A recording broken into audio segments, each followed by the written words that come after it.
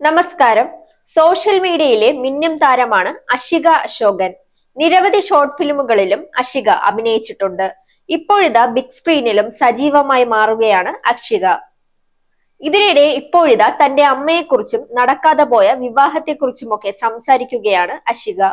Celluloid magazine എന്ന YouTube ചാനലിന് നൽകിയ അഭിമുഖത്തിലായിരുന്നു അഷിക മനസ്സ് തുറന്നത്. പഠിത്തത്തിലൊക്കെ അമ്മയായിരുന്നു പിന്തുണ. നമുക്ക് അഫോർഡ് ചെയ്യാൻ പറ്റുന്നതല്ലെങ്കിലും ഞാൻ ലോൺ എടുത്തോളാം, നീ പഠിച്ചോളൂ എന്നായിരുന്നു പറഞ്ഞിരുന്നത്.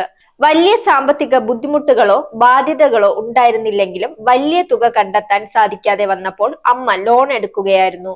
ധൈര്യത്തിൽ എന്നെ വിട്ടു. ഡിഗ്രി കഴിഞ്ഞാൽ എന്ത് ജോലി കിട്ടാനാണ്, അതൊന്നും ആലോചിച്ചില്ല അമ്മ എന്നാണ് അൻഷിക പറയുന്നത്.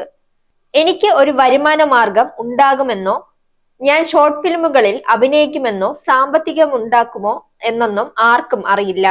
ഞാൻ ഈ മേഖലയിലേക്ക് വരുമെന്ന് അമ്മ സ്വപ്നത്തിൽ പോലും വിചാരിച്ചിട്ടുണ്ടാവില്ല. എനിക്ക് മേക്കപ്പ് ചെയ്യാൻ പോലും അറിയില്ലായിരുന്നു. നന്നായി വസ്ത്രം ധരിക്കാനും അറിയില്ല. സുഹൃത്തുക്കൾ കളിയാക്കുമായിരുന്നു. കാണാനും ഒരു വൃത്തിയില്ലായിരുന്നു. ഞാൻ അമ്മയെ സഹായിക്കാൻ സാധിക്കുന്ന നിലയിൽ എത്തുമെന്നൊന്നും അമ്മ കരുതി കാണില്ലെന്നും താരം പറയുന്നു. പിന്നാലെയാണ് താരം തന്റെ മുടങ്ങിപ്പോയ വിവാഹത്തെക്കുറിച്ച് സംസാരിക്കുന്നത്. എന്റെ വിവാഹ നിശ്ചയം നടന്നതാണ്, കല്യാണം കഴിഞ്ഞിട്ടില്ല. 2021 വീട്ടുകാരുടെ സമ്മതപ്രകാരമായിരുന്നു. ആരുമില്ല, ഒറ്റയ്ക്കാണ്, ഒരു തുണ വേണമെന്നൊക്കെ പറഞ്ഞ് തീരുമാനിച്ചതായിരുന്നു അത്. അതൊക്കെ ഓക്കെ ആകില്ല എന്ന് തോന്നിയപ്പോൾ വേണ്ടെന്ന് വെച്ചു. മറ്റു വീട്ടുകാരൊക്കെ നിർബന്ധിക്കുമായിരുന്നു. ഓരോ പെൺകുട്ടിക്കും ഇമോഷണൽ മെച്യൂരിറ്റി എത്തുന്ന ഘട്ടം തിരിച്ചറിയാനുള്ള കഴിവ് അവൾക്ക് തന്നെ ഉണ്ടെന്നാണ് അഷിക പറയുന്നത്. മാതാപിതാക്കൾ തന്നെയാണ് എല്ലാം. കുടുംബ പശ്ചാത്തലം മറ്റുമൊക്കെ നോക്കുകയും വേണം. പക്ഷെ ഒരു കുടുംബം മുന്നോട്ട് കൊണ്ടുപോകാൻ ഒരു പെൺകുട്ടിക്കൊരു വൈകാരിക ശക്തി വേണ്ടേ? ഒരു പങ്കാളിയെ ജീവിതം മുഴുവൻ ചേർത്ത് പിടിക്കാൻ ചില്ലറ കരുതലൊന്നും പോരാ. ഒരു കുടുംബത്തെ ചേർത്ത് നിർത്താനുള്ള പെടാപ്പാട് എന്തെന്ന് എനിക്കറിയാമെന്നും താരം പറയുന്നു. അല്ലെങ്കിൽ നിങ്ങൾ ഒരിക്കലും സന്തുഷ്ടരായിരിക്കില്ല. മറ്റുള്ളവരുടെ സന്തോഷത്തിന് ഇങ്ങനെ ജീവിച്ചു പോകാം.